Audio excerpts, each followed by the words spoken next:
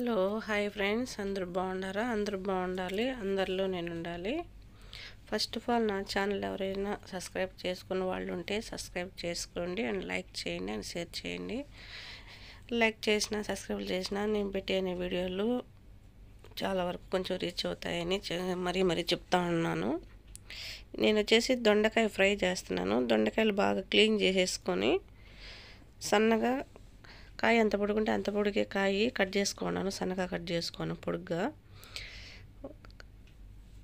తర్వాత వచ్చేసి పెనం పెట్టి ఆయిల్ వేసేసి స్టవ్ వెలిగించుకొని తర్వాత వేసుకుంటున్నాను. ఉల్లిపాయలు, ఒటిమిరపకాయ, తర్వాత గింజలు, జీలకర్ర ఇవన్నీ వేసుకుంటున్నాను.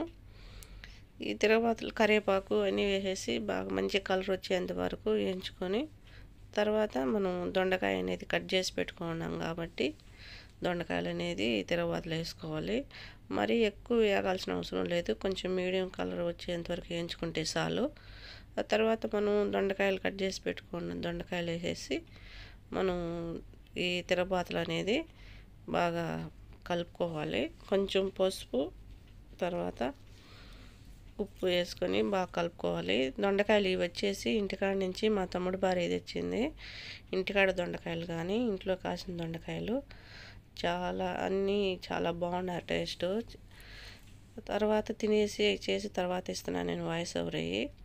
చాలా అన్నీ కొంచెం పైకి ఏం బాగుండే కానీ లోగా కొంచెం పుండు మాగినట్టు మంచి కలర్ వచ్చేసి చాలా బాగున్నాయి.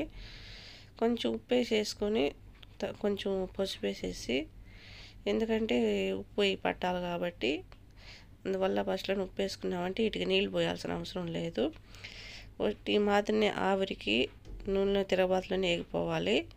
కొద్దిగా ఉప్పు కొద్దిగా పసుపు వేసేసి బాగా కలుపుకొని అప్పుడు మూత పెట్టేసేయాలి.